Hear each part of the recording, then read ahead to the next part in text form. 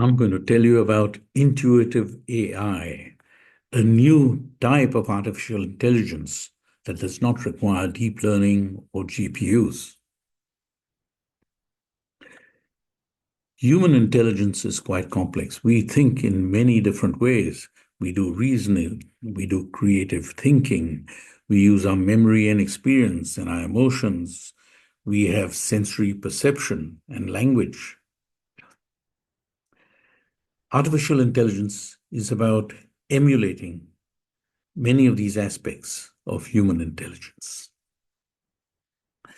Now, I'm sure you're all familiar with the traditional forms of artificial intelligence, such as deep learning, machine learning, generative AI.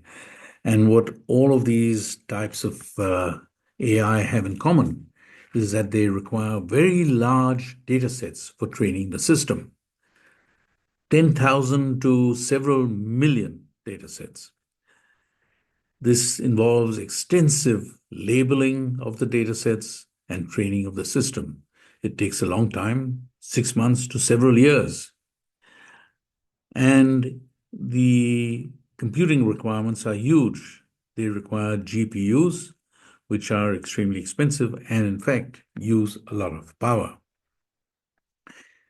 In fact, the amount of electricity needed to power the training of just one large language model is the equivalent of 182 years of continuous TV streaming. That's 3 lifetimes worth.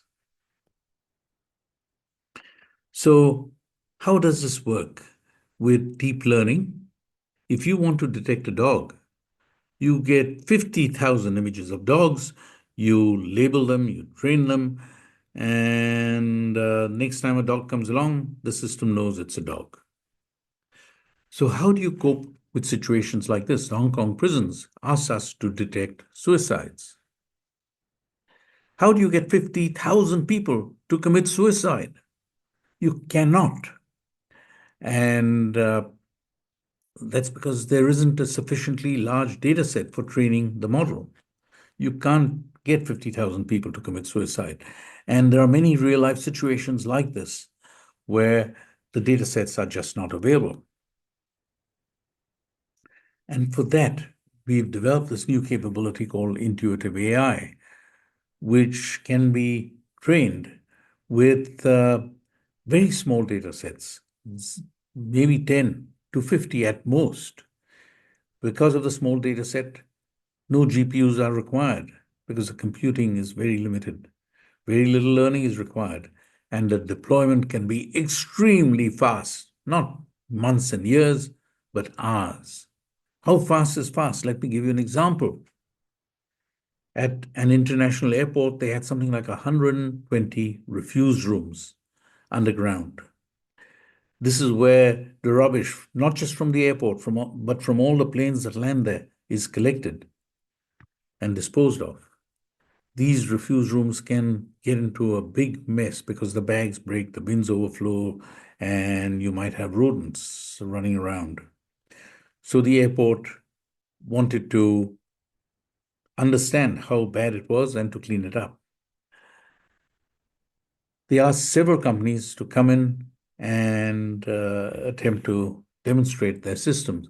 But after about 12 weeks, none of the suppliers could show anything. It just wasn't sufficient time because they didn't have enough data sets for the infinite variations that could occur. And then they asked us to look at it.